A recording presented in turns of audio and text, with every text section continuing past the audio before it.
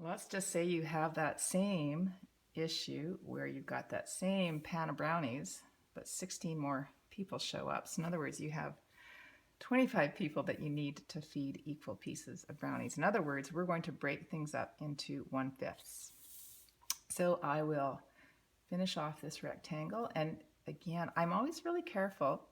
If I want to create the same size of that, I'm just going to kind of give myself a sense of what that equal proportion would actually be. And I want to maintain my 90-degree corner. So I make whatever correction I need to make that a 90-degree corner. And then if we don't want to have to erase, then we just go over nice and firmly the lines that we're happy with.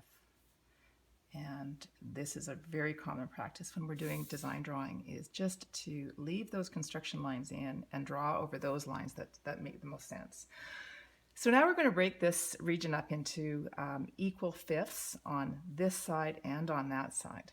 And the same principle applies. What we will want to do is find out where all of the midpoints of each of these lines are. So the easiest way to do that is to draw a diagonal from one corner to another.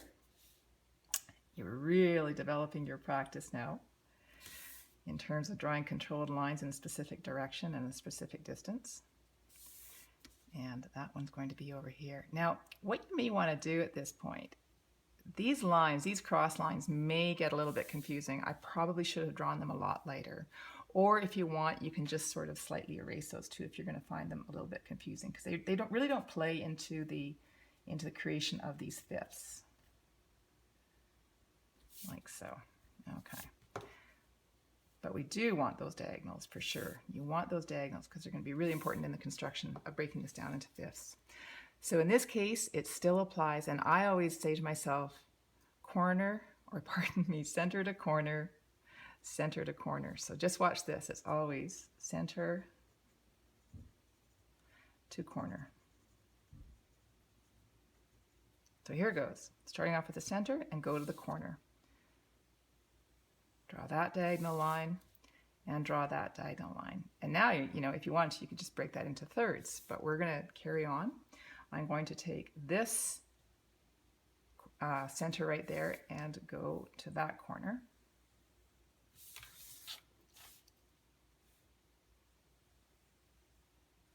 Great, we've got part of it done. But now I'm going to take the centers from this region and go to their opposite corners. So from this point to that point there, and drawing toward myself. And I'm going to do it one more time from that corner over to that center. And then one last one, and that's moving from this side over to there.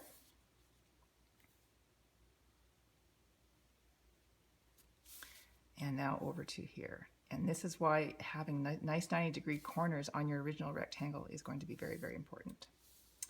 So here's what you do, is you take a look, you scan all of these lines that you made, and what you want is this top little region right here, this top triangle that you've created, and where it hits, that point and that point is very important. So once I've drawn that, I've now, drawing these vertical lines very carefully, I've now created a region of that side that is 1/5. And wouldn't you know it, as I draw that line down, it hit those diagonals over here. So I've achieved that region. Now, very simply, what I'm going to do is I'm going to carry that line straight across. And as I do so, parallel to that line right there, so draw very carefully, and I have to draw toward myself as I come through here, and a vertical line, looking at that edge as I go to keep it nice and straight. Same thing with this. Sure enough, what I've done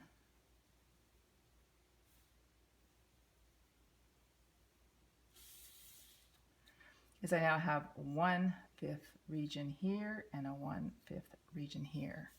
So if you wanted to, you could just shade that just so that it becomes a bit more apparent through all of those diagonal lines that you've created, because it can get a little bit confusing. So do try to keep track of things as you go. And I'll show you in a little bit why this is important, why this is a necessary thing to do when you're drawing later on, when you're going to be drawing perspectives freehand.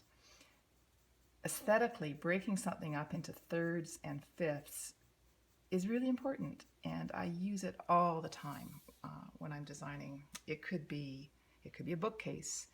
It could be trying to break up a particular region of a wall. Oftentimes I use the fifth proportion as an exercise to hang pendants over within a particular region. So we've now got 1/5 here and 1/5 here. As I said earlier, this top triangle was important for establishing those dots. Same goes for this side. As soon as you come across on that point to your first hit on your diagonal, these 2 points are important. You'll find them over here as well. So as I go over here, I look here and here, these points, they're the first points I hit on that diagonal there. Those are important. And now you just draw your line straight up there. There. This is a natural 1/5 proportion. This is a natural 1/5 proportion. And I found that point there, and as it hit, that was that original diagonal, remember, from the center to the corner. Where it hits there, straight up, is another 1/5. And another 1/5 over here. So this line has been successfully divided into fifths. And this one is just about to happen there as two. Those points still are very important for the opposite side. So I can just take that line there and extend it down. And it will go through those points if there was some careful drawing going on earlier. And that point there to there. So now, here to here is another 1/5. Here to here is another 1/5, and here to here is another 1/5. And there's your beautiful pan of brownies waiting for 25 people. 5 equal proportions on either of those ends.